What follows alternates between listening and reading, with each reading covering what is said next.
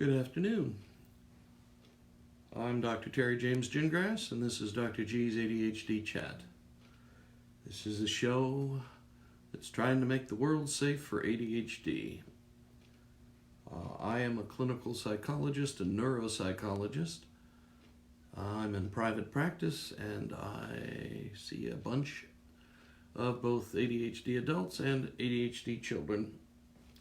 At this stage of my career, I'm mostly doing evaluations, but I have had years and years of experience doing therapy with ADHD individuals and families. Plus, I also coach ADHD executives. Today I wanted to talk, I'm not really big on business and that sort of thing, but I happened to run across an article in Forbes where they talked about growth versus fixed mindset. And it struck me that it has a lot of application to ADHD. It has a lot of application to any kind of parenting. Fixed mindset means that everything is viewed as talent. That everything we do well is because we were born talented. Okay, now this is a particular bug of mine. I see it all the time in coaches, athletic coaches primarily, mostly folks who are doing it out of the goodness of their heart, like Little League and Babe Ruth and Bitty League football and so on. The problem is there is no research support for the idea of talent being the main decider of how good a performance anybody does in anything. Sports, music, entertaining, you name it, it is not about talent. There's a series of books by a guy named Daniel Coyle. The first one I ever ran across was called The Talent Code. Fascinating, absolutely fascinating. And particularly, I used to do a lot of coaching. I played a lot of sports. And I remember, that it was sometimes a guy played totally not because he was so great, but because his brother had been good. And the coach was just assuming that it ran in the family and that this other guy would be as good as his big brother. And when you're working with ADHD kids, you have to be thinking in terms of getting them to make use of what their interests are, certainly, but you can't also let them forget that they can grow into and develop into anything they really want to. And that's what the growth mindset is all about. Growth mindset recognizes that it's more the effort one makes, more the time and attention that one puts into a given task that results in good results, in becoming an expert at something. It's not about because you're naturally gifted in this area. Matter of fact, the kids, I think, honestly, who have the most trouble in all stages of life are the ones who have been told since they were young that they are extremely talented, or that my particular big bugaboo is that they're told that they're really smart, really intelligent. I'm here to tell you that is not something you inherit. That is something you develop. You learn to read. You learn to read for comprehension. You learn to read for retention. And it's a process. It's something you learn over time. You are not born with it. Okay? The kids who are, I was reading when I was 4 years old or something. They had parents who pushed them in that direction. They grew up in a house where everybody read, and everybody read a lot, and it was expected. it is not something you're born with. Matter of fact, it is a particularly human endeavor to read, and it is not, there's no real, I started to say universals, but I guess really there are some universals, but it's just not something you naturally do, okay? You could probably teach yourself to read, given years and years, without distraction. You could probably figure out the code, and if you will, and then do it. But the important thing, I think, for ADHD parents is the idea that your child has interests. Those interests are terribly important because those are what control his or her attention. Okay, I'm a real big fan of Dodson's notion of interest-based attention system.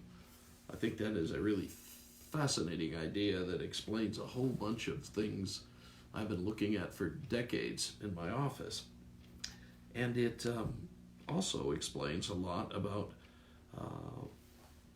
the confusing part about ADHD, for a lot of parents is that I call it attention deficit disorder. He can pay attention. He gets on his model cars or his video games, or he can play for hours. You're right, he can. But it is in his interest area. And that's what is more important for a parent to know than try to look for some secret hidden talent or some genetic predisposition to some sport or some musical instrument or whatever. You become good at something because you work at it. Anything. Sports, playing the guitar, singing, believe it or not, singing too. Singing is not natural, okay? It is something that people learn how to do. Some people have an easier time than others. Some people don't, but it is trainable, learnable. I don't know if anybody's ever heard of a guy named Roger Love, but he teaches, his specialty, or what he's best known for, is that he takes actors and actresses who've never been singers, and he turns them into singers. Okay, he did that with what's his name in the Star Is Born. He's done it a ton of times, and basically, if you know what you're doing with your voice, if you use the equipment the way it's supposed to be,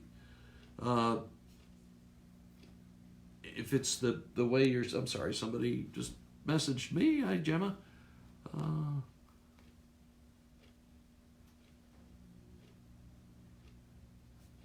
Triggers ADHD? No, I don't believe ADHD is triggered. I believe ADHD is there, and as long as child is out without too many restrictions on him or her, that doesn't really get noticed. But when you stick them in school, where they have to really be compliant, and that's what we're teaching them primarily is compliance, then it starts to show up. But back to my point, the big deal, I think, the big important thing for a parent of an ADHD child to be able to know is their interest pattern, because that's what's going to determine probably what they end up doing in life. And I just wanted to mention that there is a thing out there. There's an interest. What do I want to call it? A test for helping determine your interest, and they have both an adult and a child part. I think you have to be about 9 years old to do the child. I'm not sure, but it's comes out of the University of Pennsylvania, where they basically have pioneered what's called positive psychology, which means you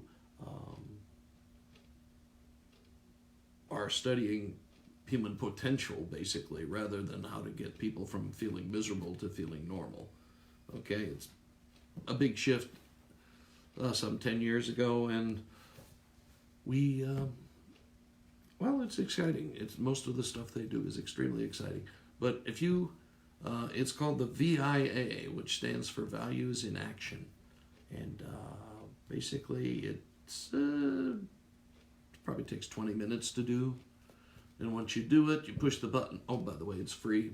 Once you push the button, it gives you your top character strengths and also, of course, your weaknesses. But it's really helpful in telling you some general directions that you as a parent are going to be excited about, and also tells you that same thing about your child. Now the deal, I think, with knowing these things is knowing that in general, if you are in a position, say in a job or a career, where you can make use of your character strengths, you're going to be reasonably happy. If you are in a position where you are constantly challenged and not able to use your character strengths, you're going to be frustrated.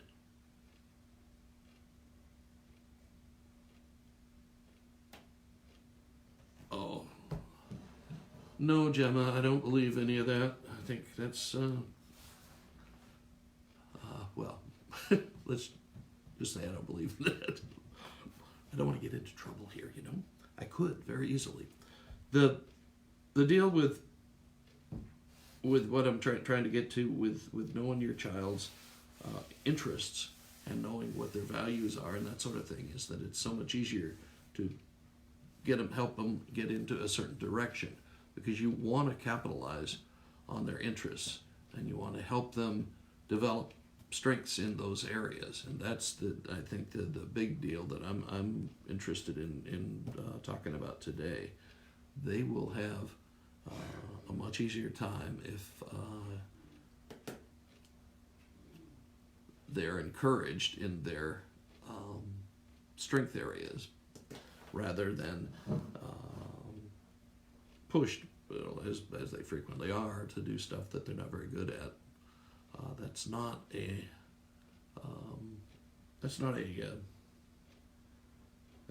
rare occurrence. It happens regularly to these kiddos, and most of the time they figure out ways to knuckle under to do what they're supposed to do.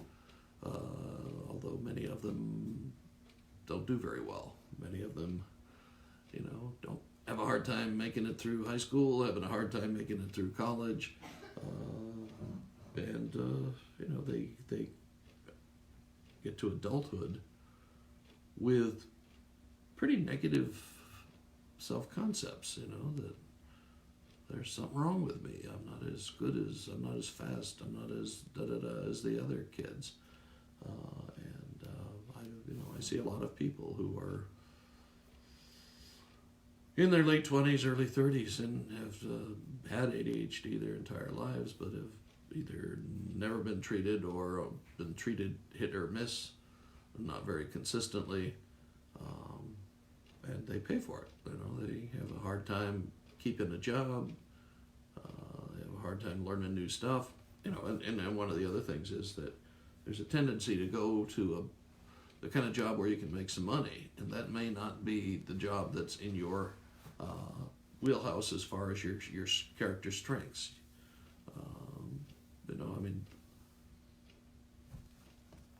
I think I've told people before, but I have a child, well, he's an adult now, who has ADHD, and he is just a born wheeler dealer.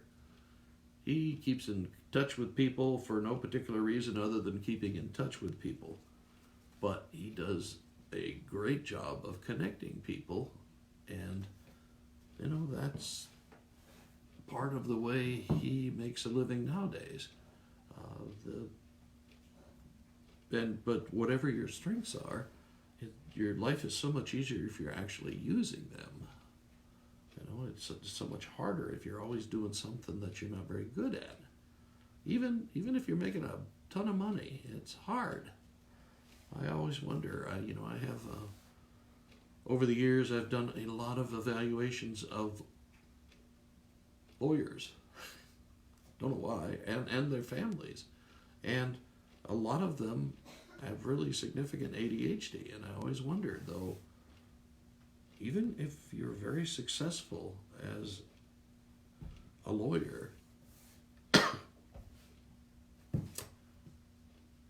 are you happy? I mean, is it enough to be making money when you're always doing something that's not really in your wheelhouse, not really